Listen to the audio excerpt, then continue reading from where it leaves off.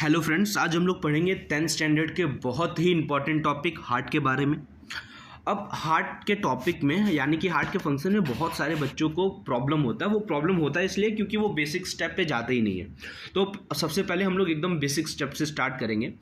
तो सबसे पहले हमें पता होना चाहिए कि हमें ऑक्सीजन का रिक्वायरमेंट है क्यों, और जो CO2 का फॉर्मेशन हो रहा है वो हमें अपने बॉडी से निकालना क्यों है, और CO2 का फॉर्मेशन होता क्यों है। तो आइए हम लोग स्टार्ट करते हैं। तो हमारे सेल में ग्लूकोज होता है, और वो ग्लूकोज जब ऑक्सीजन के साथ कॉम्बाइन करता है तो वो ATP प्लस CO2 का फॉर्मेशन करता है। एकदम ध्यान से ये सेंटेंस सुनिएगा। हमारे सेल में जो ग्लूकोज होता है वो ऑक्सीजन के साथ कॉम्बाइन करके ATP प्लस CO2 का फॉर्मेशन करता है। जो ATP होता है वो हमारे बॉडी में एनर्जी पर्पस के लिए यूज़ हो जाता है। यानी कि अगर हम लोग रनिंग कर रहे हैं, योगा कर रहे हैं, तो जो उसमें वो ATP एज ए एनर्जी की तरह यूज़ हो जाता है। पर जो CO2 होता है उसे हमें अपने बॉडी से रिमूव करना है, यानी कि निकालना है। तो आइए अब हम लोग अपने हार्ट के फंक्शन को पढ़ते हैं। तो फ्रेंड्स, अब हार्ट का काम है कि सेल तक O2 को पहुंचाना और सेल में जो CO2 प्रोड्यूस हो रहा है उसे निकालना। तो आइए अब हम स्टार्ट करते हैं अपने हार्ट का फंक्शन। तो फ्रेंड्स, सबसे पहले जो ऑक्सीजन, अब हम लोग सबसे पहले ऑक्सीजनेटेड ब्लड का बात करते हैं कि ऑक्सीजनेटेड ब्लड का ट्रांसपोर्ट कैसे होता है। तो ऑक्सीजनेटेड ब्लड का ट्रांसपोर्ट लेफ्ट पोर्शन के हार्ट से होता है, यानी कि हार्ट का लेफ्ट वाला पोर्शन से ये सब काम होता है। तो जो हमारा ऑक्सीजनेटेड ब्लड है वो पल्मोनरी वेन से एंटर होता है और लेफ्ट आर्ट्रियम में फिल होता है। और लेफ्ट आर्ट्रियम में तब तक फिल होता है जब तक कि लेफ्ट आर्ट्रियम पूरा भर ना जाए। जैसे ही लेफ्ट आर्ट्रियम पूरा भर जाता है तो लेफ्ट आर्ट्रियम कॉन्ट्रैक्ट होता है। कॉन्ट्रैक्ट मतलब कि सिकुड़ता है। अब जैसे ही सिकुड़ता है वैसे ही आर्ट्रियम का वॉल्यूम कम होता है, जिसके कारण से बहुत सारा प्रेशर जनरेट होता है। और प्रेशर जनरेट होने के कारण से यहाँ का जो वन वे वॉल्व होता है वो ओपन हो जाता है, और जो हमारा ब्लड होता है वो लेफ्ट आर्ट्रियम से लेफ्ट वेंट्रिकल में फिल हो जाता है। और जैसे ही लेफ्ट वेंट्रिकल में ब्लड फिल होता है, कंप्लीटली जब फिल हो जाता है, वैसे ही लेफ्ट वेंट्रिकल भी कॉन्ट्रैक्ट करता है।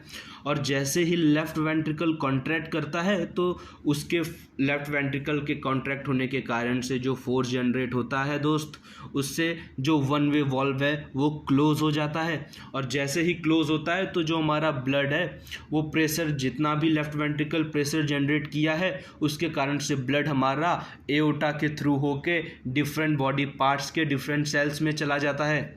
आइए अब हम लोग दोबारा कंक्लूड करें। तो पल्मोनरी वेन से जो ब्लड एंटर हुआ है लेफ्ट आर्ट्रियम में, वो लेफ्ट आर्ट्रियम से लेफ्ट वेंट्रिकल में जाता है और लेफ्ट वेंट्रिकल से एओर्टा के थ्रू पूरे बॉडी पार्ट्स के सेल में चला जाता है। अब आपके दिमाग में क्वेश्चन तो भैया एक आया होगा कि यहाँ पे वॉल्व का काम क्या है। अब यहाँ पे वॉल्व का काम ये है कि जो यहाँ पे वॉल्व है दोस्त, वो बंद क्यों होता है। वो बंद इसलिए होता है ताकि जो लेफ्ट वेंट्रिकल है वो जब कॉन्ट्रैक्ट हो रहा हो, जब कॉन्ट्रैक्ट होता है तो फोर्स जनरेट होता है। फोर्स के कारण से ब्लड चला जाता है, निकलता है उसको जहाँ पे भी रास्ता मिलता है।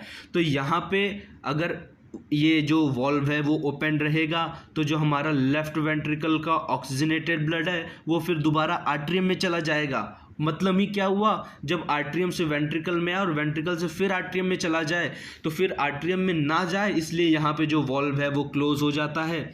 तो अब हमने समझ लिया कि ऑक्सीजनेटेड ब्लड पूरे बॉडी पार्ट्स में कैसे जाता है।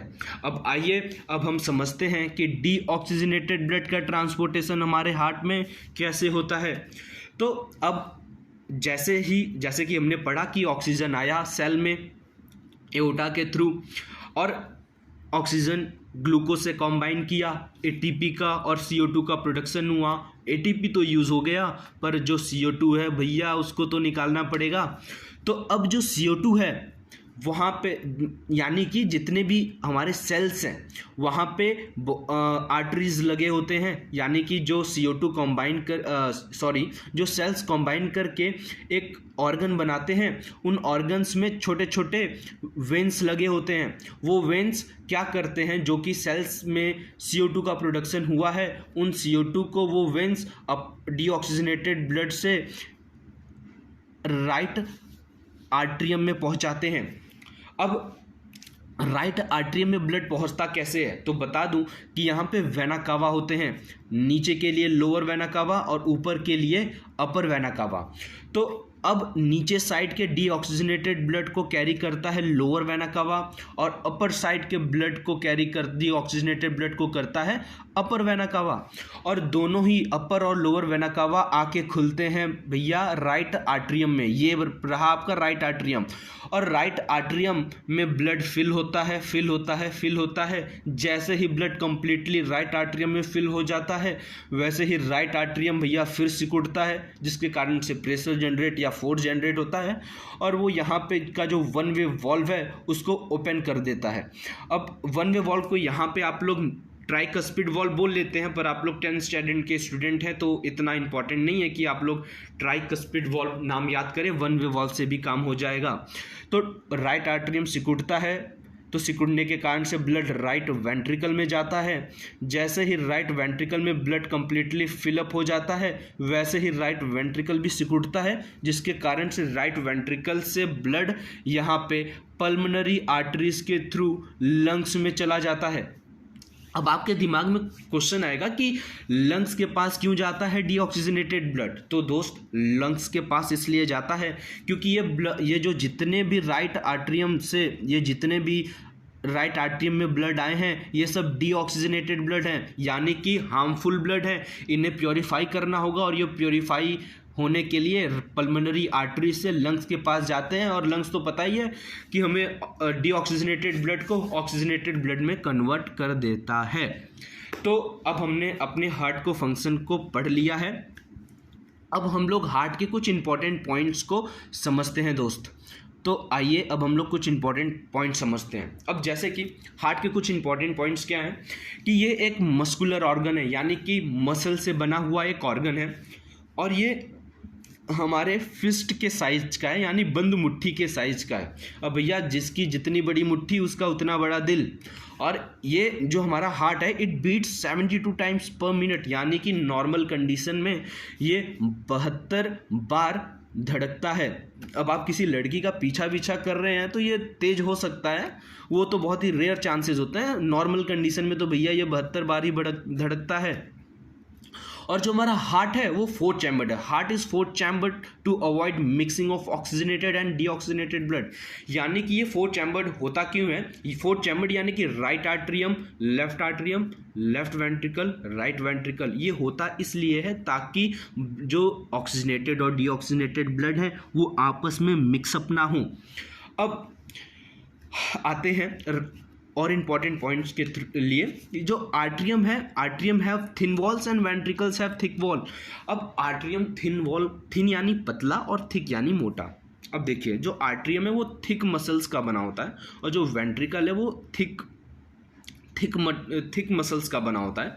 यानी कि जो आर्टरियम है वो थिन मसल से बना है, यानी कि पतले मसल से बना, और वेंट्रिकल मोटे मसल से बना है। अब आर्टरियम पतले मसल से बना इसलिए है क्योंकि उसे जो ब्लड है वो सिर्फ आर्टरियम से वेंट्रिकल में पहुंचाना होता है, और हमें पता है कि वेंट्रिकल तो बस आर्टरियम के जरा सा नीचे है। पर जब हम बात करें लेफ्ट वेंट्रिकल की तो वो ब्लड ऑक्सीजनेटेड ब्लड को पूरे बॉडी में पहुंचाता है, और जब हम बात करें राइट वेंट्रिकल की तो वो राइट वेंट्रिकल से ब्लड को लंग्स में पहुंचाता है। और हमें पता है लंग्स और डिफरेंट बॉडी पार्ट्स हार्ट से काफ़ी दूरी पे हैं। अब दूरी पे चीज़ें पहुंचाने के लिए हाई प्रेशर चाहिए, जिसके कारण से जो ब्लड है वो हाई प्रेशर से फ्लो हो, तभी पूरे बॉडी पार्ट्स और लंग्स में जा पाएगा। तो इसीलिए जो हमारे बॉडी पार्ट्स में ऑक्सीजन डीऑक्सीजनेटेड ब्लड को पहुंचाना है और डीऑक्सीजनेटेड ब्लड को लंग्स के पास पहुंचाना है, वो काफ़ी हाई प्रेशर के कारण से होता है। तो हाई प्रेशर से ब्लड जो हमारा हार्ट है वो ब्लास्ट ना करे, यानी कि फट ना जाए, तो वो थिक मसल्स का होता है। तो दोस्त यहाँ पे हमारा हार्ट का फंक्शन खत्म होता है। धन्यवाद।